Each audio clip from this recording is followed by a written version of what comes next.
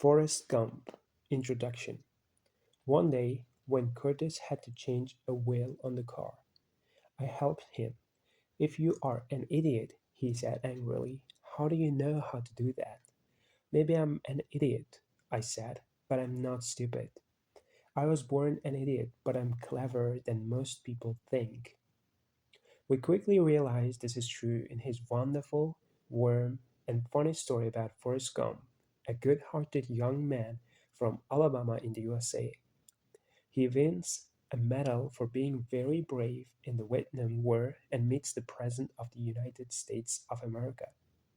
He becomes a footballer, a film star, a businessman, and he goes into space. And his best friend is an ape called Sue. Forrest Gump is now a film, with Tom Hanks and Sally Field in it. Tom Hanks won an Oscar for the film in 1994. In its first 18 days, the film of Forrest Gump took $100 million in American cinemas, more than any other film that Paramount Pictures has made before. Forrest Gump is an unusual man who does a lot of unusual things. Millions of ordinary Americans liked the film. They felt Forrest Gump's story was also partly a story about themselves and about America from the 1960s to today. Forrest Gump lived the American dream. It doesn't matter if you are rich or poor, you can be anything you want to be. Winston Groom's other books are better times than these, but the war in Vietnam and As Summers Die. He lives for some of the time in New York City and for the rest of the time in Clear Point, Alabama. Chapter 1: School and Football. I was born an idiot, but I'm cleverer than people think. I can think things okay, but when I have to say them or write them down, sometimes they come out all wrong. When I was born, my mom named me Forrest. My daddy died just after I was born. He worked on the ships. One day, a big box of bananas fell down on my daddy and killed him. I don't like bananas much, only banana cake. I like that all right. At first, when I was growing up, I played with everybody. But then some boys hit me, and my mom didn't want me to play with them again. I tried to play with girls, but they all ran away from me. I went to an ordinary school for a year, then the children started laughing and running away from me. But one girl, Jenny Curran, didn't run away, and sometimes she walked home with me. She was nice. Then they put me into another kind of school, and there were some strange boys there. Some couldn't eat or go to the toilet without help. I stayed in that school for 5 or 6 years. But when I was 13, I grew 6 inches in 6 months.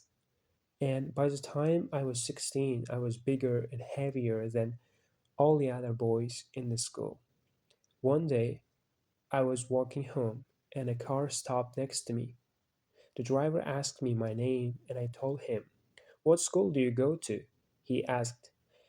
I told him about the idiot school. "Do you ever play football?" he asked. "No, I don't to- No, I told him.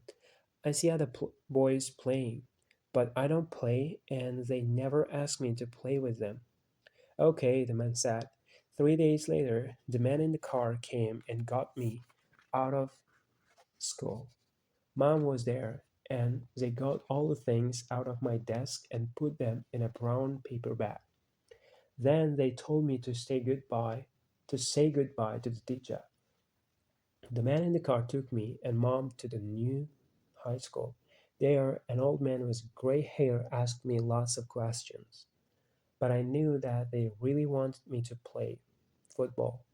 The man in the car was a football coach called Fellers. Coach Fellers asked me to put on a football suit and then asked me to undress and dress again 20 times until I could do it easily. I began to play football with the high school team, and Coach Fellers helped me. And I went to the lessons in school. One teacher, Miss Henderson, was really nice.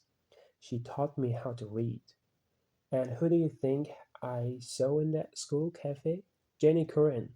She was all grown up now, with pretty black hair, long legs, and a beautiful face. I went and sat with her, and she remembered me. But there was a boy in the cafe who started calling me names and saying things like, "How stupid." Then he threw some milk at me, and I jumped out of my chair and ran away. A day or two later, after school in the afternoon, he and his friends came up to me and started pushing and hitting me. Then they ran after me across football field. I ran away. I saw the coach Fellers was watching me. He had a strange look on his face, and he came and told me to put on my football suit. Then afternoon he gave me the ball to run with. The others started running after me, and I ran as fast as I could. When they caught me, it indeed eight of them to pull me down. Coach Fellers was really happy. He started jumping up and down and laughing. And after that, everybody liked me.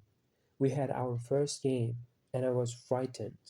But they gave me the ball, and I ran over the goal line 2 or 3 times.